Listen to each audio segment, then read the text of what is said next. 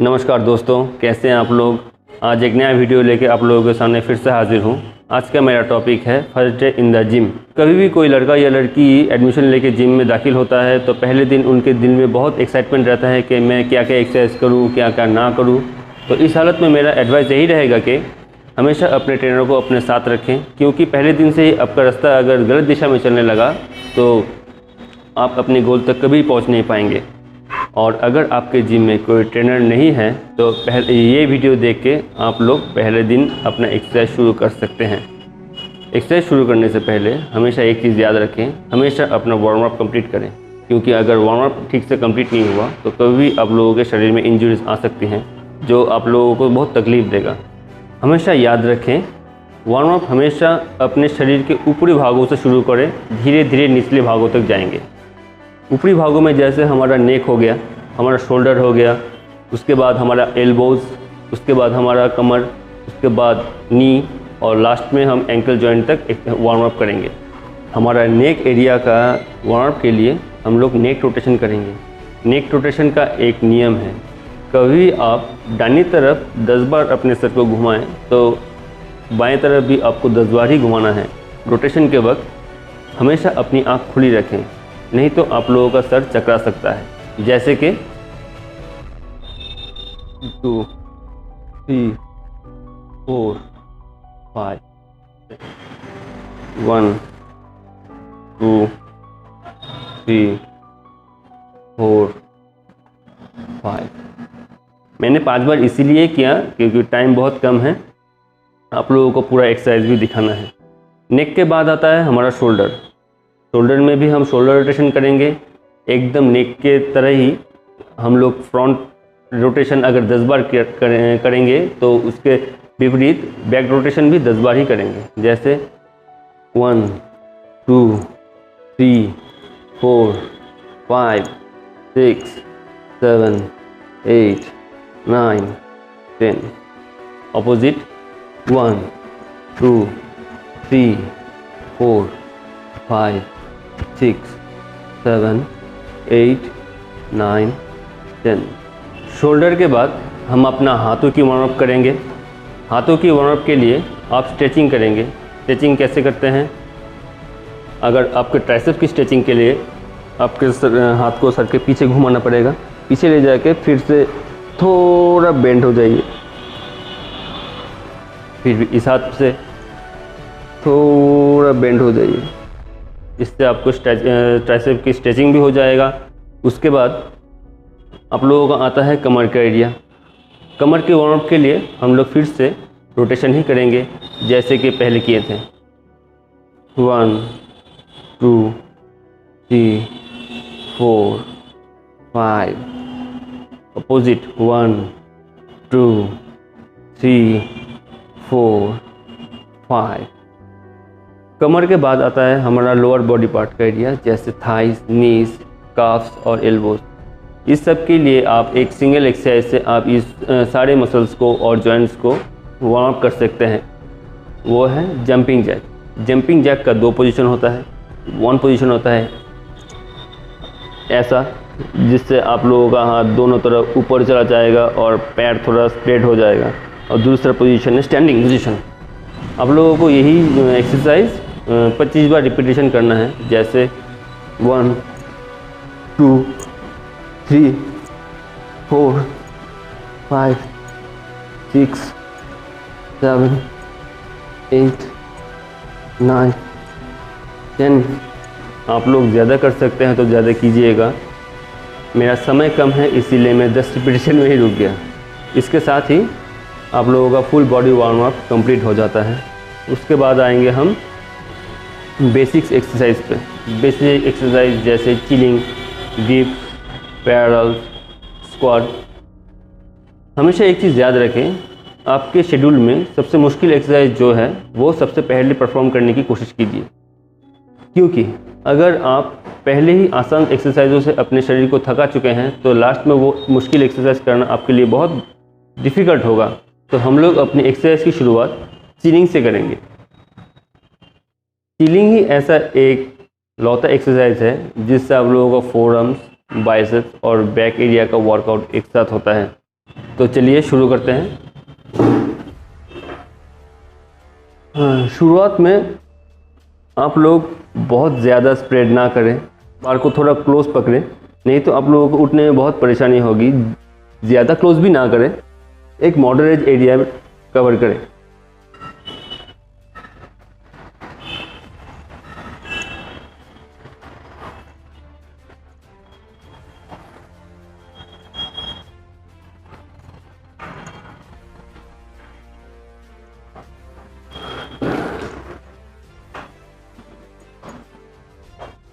ऐसे ही हम लोग चिलिंग के 3 सेट लगाएंगे।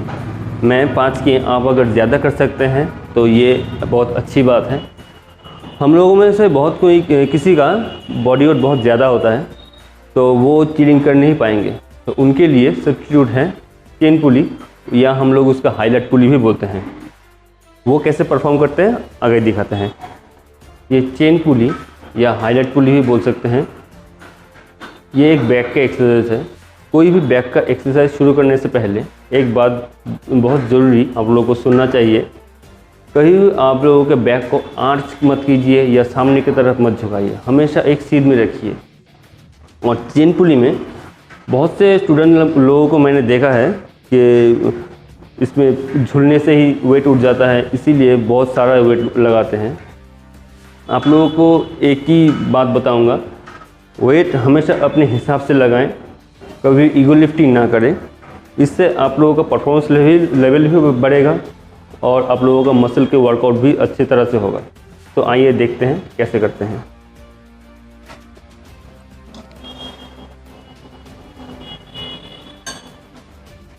हमेशा अपनी पीठ को सीधी रखें और वेट खींचने के टाइम सांस अंदर लें और वेट छोड़ने के टाइम सांस बाहर दें।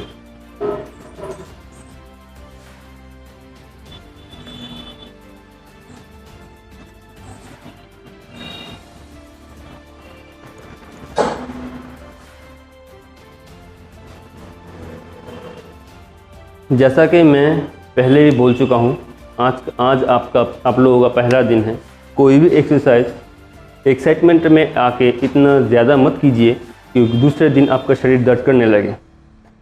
दर्द तो थोड़ा बहुत होगा ही, लेकिन बहुत ज़्यादा हो गया तो शरीर में बुखार भी आ सकता है।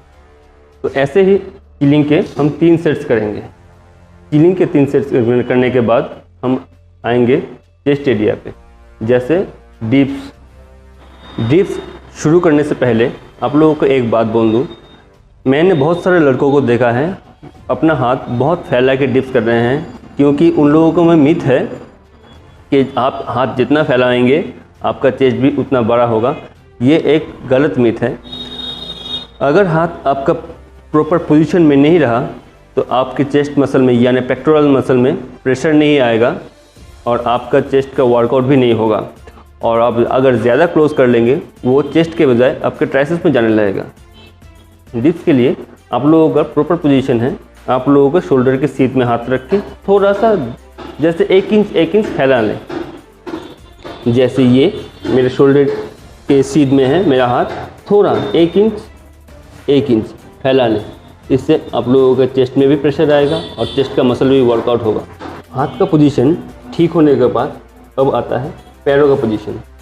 पैरों का पोजीशन आप इतने दूर तक लें क्योंकि जैसे कि आप अगर चेस्ट डाउन करें तो वो आपके हाथों के सीध में आए।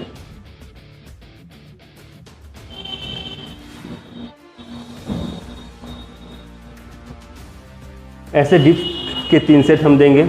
बहुत सारे लोगों का बॉडी वेट ज़्यादा होता है, हाथों में स्ट्रेंथ कम होता है, इसीलिए वो ऐसे डिप्स दे नहीं पाएंगे। उन लोगों के लिए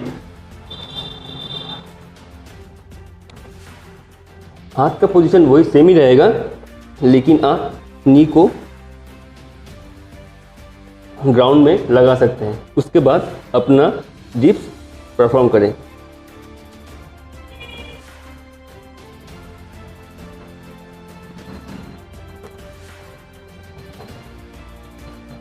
ऐसे ही आप लोग डिप्स के 3 सेट लगाएं। जैसा कि आप लोग जानते हैं, आप लोगों का आज पहला दिन है, इसीलिए आप लोगों को डिप्स परफॉर्म करने के टाइम चेस्ट में प्रेशर ठीक से नहीं भी आ सकता है। चिंता करने की कोई ज़रूरत नहीं है।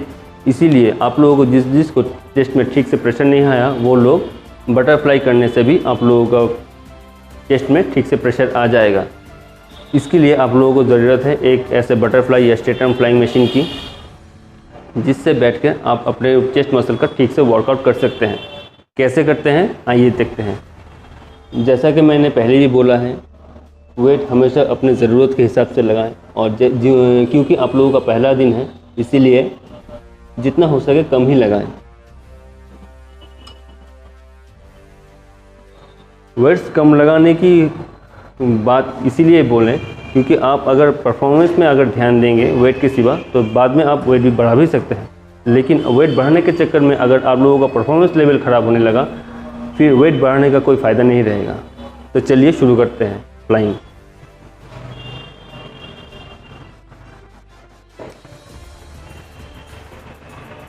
फ्लाइंग मशीन में पीठ एकदम सीट में चिपका के न रखें, थोड़ा चेस्ट फॉरवर्ड करें, जैसे बीच में एक गैप रह जाए, लेकिन आपका शोल्डर एरिया सीट में लगा हुआ होना चाहिए। इससे आप लोगों के चेस्ट में प्रेशर ठीक से आएगा। याद रखें, वेट छोड़ने के टाइम सांस छोड़ना है, सांस लेके फिर से खींचना है, फिर धीरे धीरे छोड़ना है। जैसे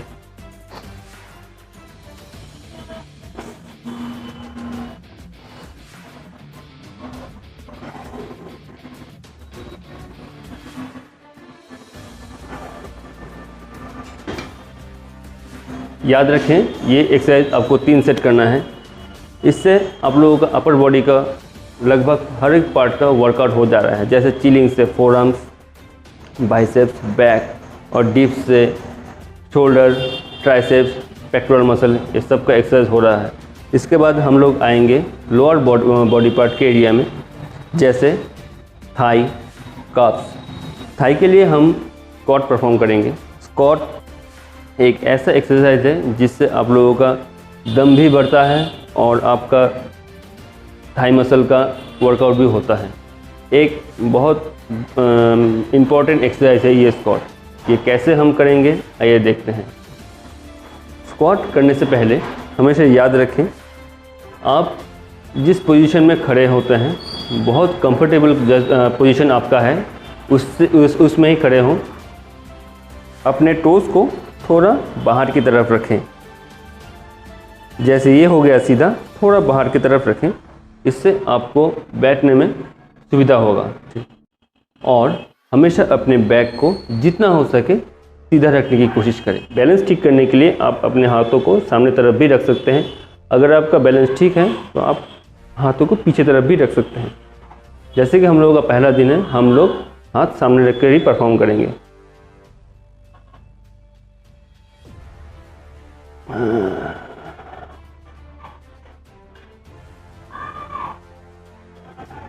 स्क्वाट करने के टाइम और एक बात याद रखें, कभी भी स्क्वाट जब आप बैठे तो एकदम से बैठ ना जाएं, और उठने के टाइम भी एकदम से खड़े होना जाए।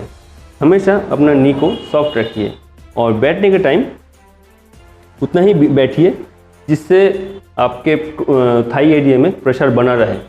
ऐसे ही फ्री स्क्वाट के आप 20 से 25 के रिपीटेशन में 3 सेट लगा सकते हैं। कम भी होगा तो चलेगा। पहले दिन बहुत ज़्यादा एक्सरसाइज ना करें। उसके बाद हम लोग आएंगे अपने काफ एरिया में। काफ के एक्सरसाइज के लिए आप लोगों को ऐसा एक लकड़ी या लोहे का टुकड़ा चाहिए, जो आप थोड़ा ऊंचे जगह पे रखें और ऐसे जगह पे रखें जिस पे आप खड़े हो सकें।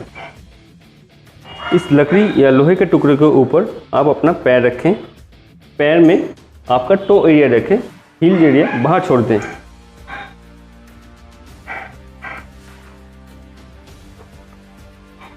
अब धीरे धीरे आपके हील्स को नीचे की तरफ ले जाएं और धीरे धीरे एकदम से ऊपर की तरफ ले आएं।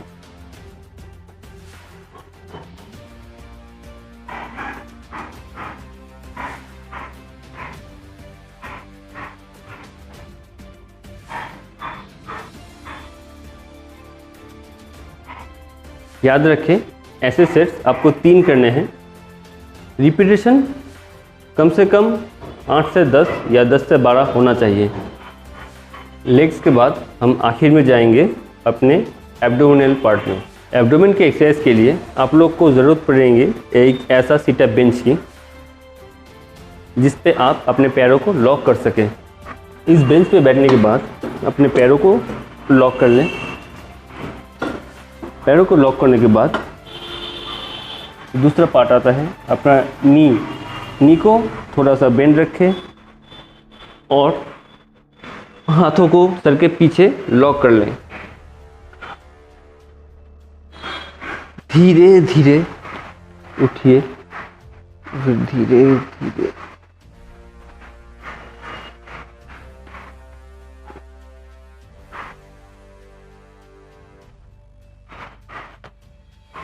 हमेशा एक चीज़ याद रखें, ये एक्सरसाइज करने के टाइम शरीर को ज़्यादा सामने की तरफ ना झुकाएं, इससे आपके बैक में पेन आ सकता है। एब्डोमेन के एक्सरसाइज के बाद तुरंत ही अपने घर पे रवाना ना हो, थोड़ी देर जिम में बैठें, थोड़ा पानी पिए, शरीर को थोड़ा कूल डाउन होने दें, उसके बाद धीरे धीरे आप अपने घर जा सकते हैं। वीडियो ख़त्म करने से पहले कुछ इम्पॉर्टेंट बातें आपसे शेयर करना चाहूँगा। पहले दिन एक्साइटमेंट पे आके बहुत ज़्यादा एक्सरसाइज ना करें, इससे आपको तकलीफ़ भी हो सकता है। दूसरा, कभी भी कोई भी एक्सरसाइज परफॉर्म करने के टाइम बहुत ज़्यादा स्पीड ना दिखाएं, धीरे धीरे परफॉर्म करें, क्योंकि पहला दिन है।